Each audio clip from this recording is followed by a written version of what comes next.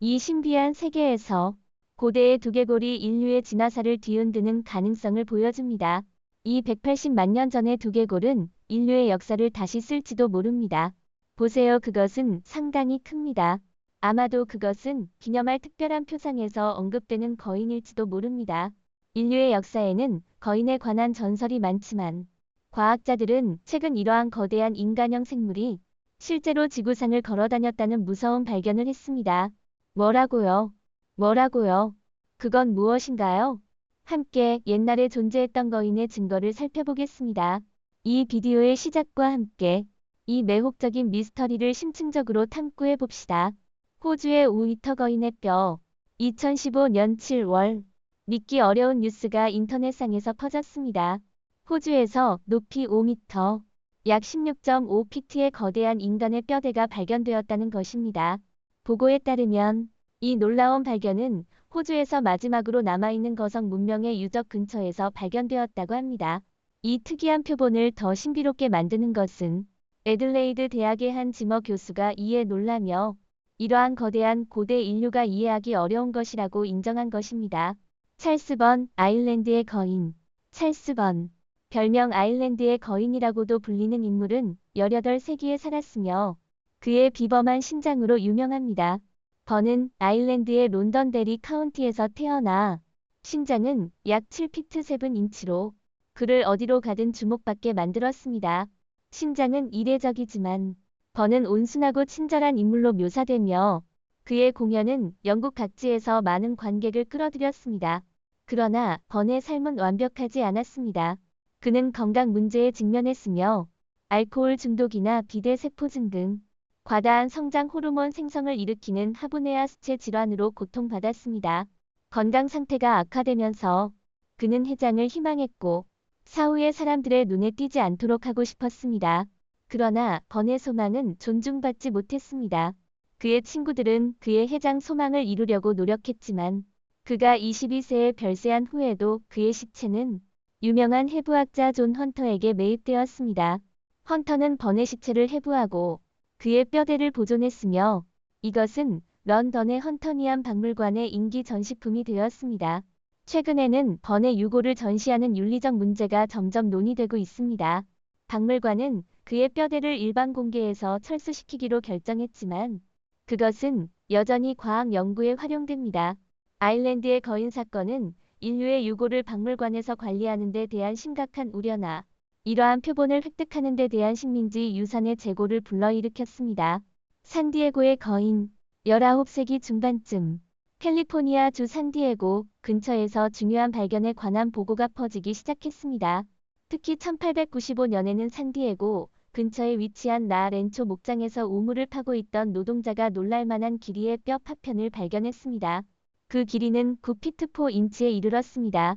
이 비범한 크기는 당시의 평균 신장을 명백히 뛰어넘었습니다. 지역 주민들과 연구자들은 이와 같은 이상한 것을 발견한 후 자연스럽게 흥미를 끌고 다양한 이론을 제기했습니다. 그러나 산디에고의 거인에 대한 논의와 의문은 계속되었고 많은 다른 거대한 발견에 대해서도 마찬가지입니다. 포괄적인 기록이나 확증적인 증거가 없어서 흥미와 모호함을 남겼습니다. 일부 사람들은 이 이야기가 시간이 지나 과장된 것이라고 생각하지만 다른 사람들은 그것이 실제 역사적 기록일 수 있다고 믿습니다.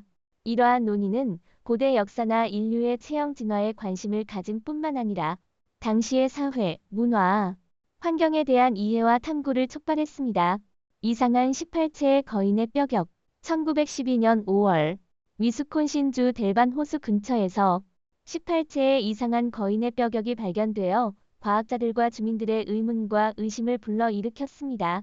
이러한 뼈격은 피터슨 형제가 레익 나온 농장에서 발견했으며 신장이 7.6피트에서 10피트에 이르는 등 이상한 특징을 가졌습니다.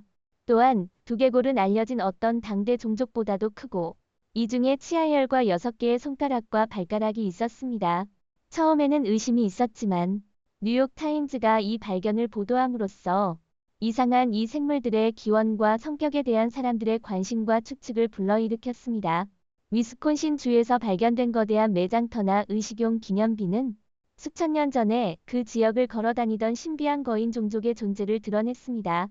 이러한 설득력 있는 증거가 있음에도 불구하고 자연사 박물관에서 미국 원주민의 거대한 유골을 전시하는 데 제약이 있어 이는 스미스소니언 협회 등의 단체가 사실을 은폐하고 있다는 비난을 불러일으켰습니다.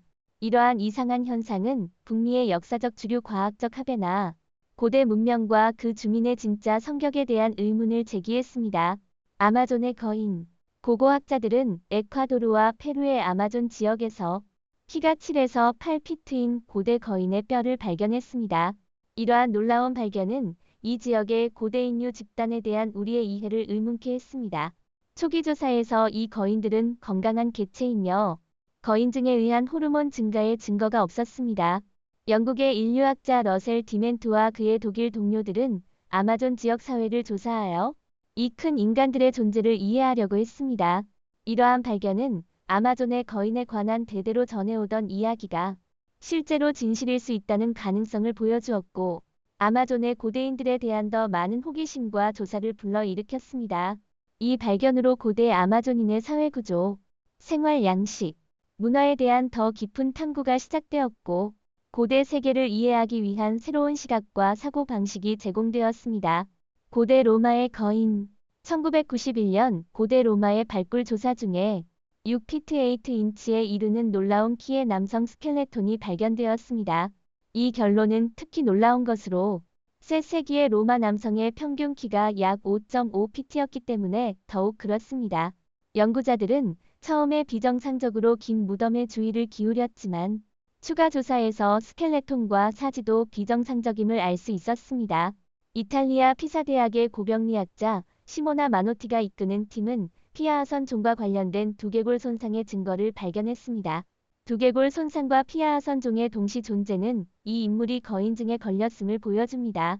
다른 특징인 예를 들어 비정상적으로 긴 사지와 뼈 성장의 증거는 그의 어린 시절부터 초기 성인기를 보여줍니다. 개체의 건강에 관한 이러한 통찰력에도 불구하고 그의 조기 사망의 원인은 아직 명확하지 않습니다.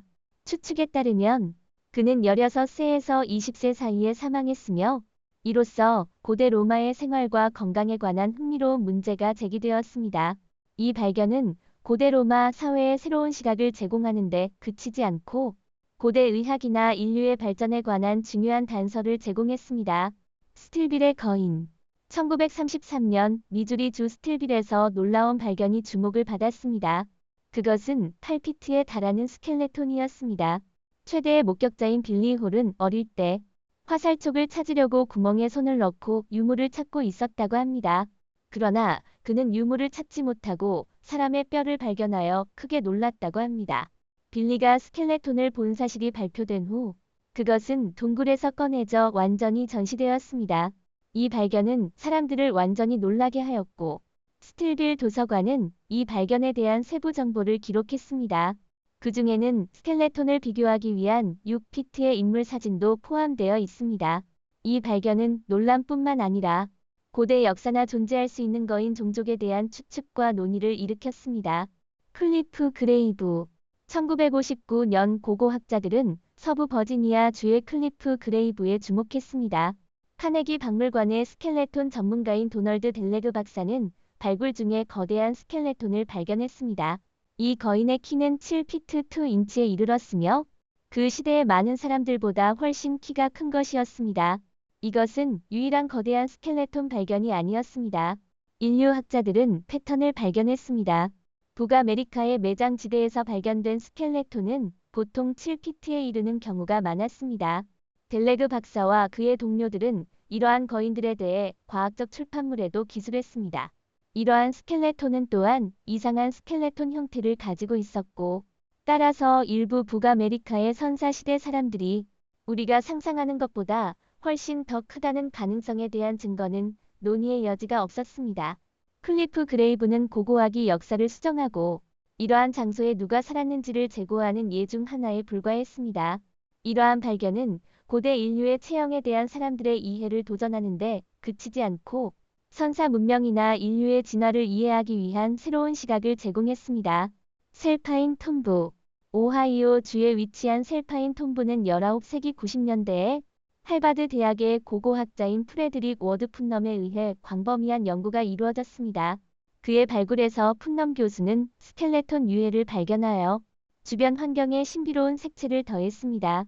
최근에는 연구자 제프리 윌슨이 셀파인 톰브에서 온 것으로 보이는 스켈레톤 엽서를 발견했습니다. 사진은 7피트의 스켈레톤을 보여주며 고대 거인에 대한 사람들의 관심을 다시 불러일으켰습니다.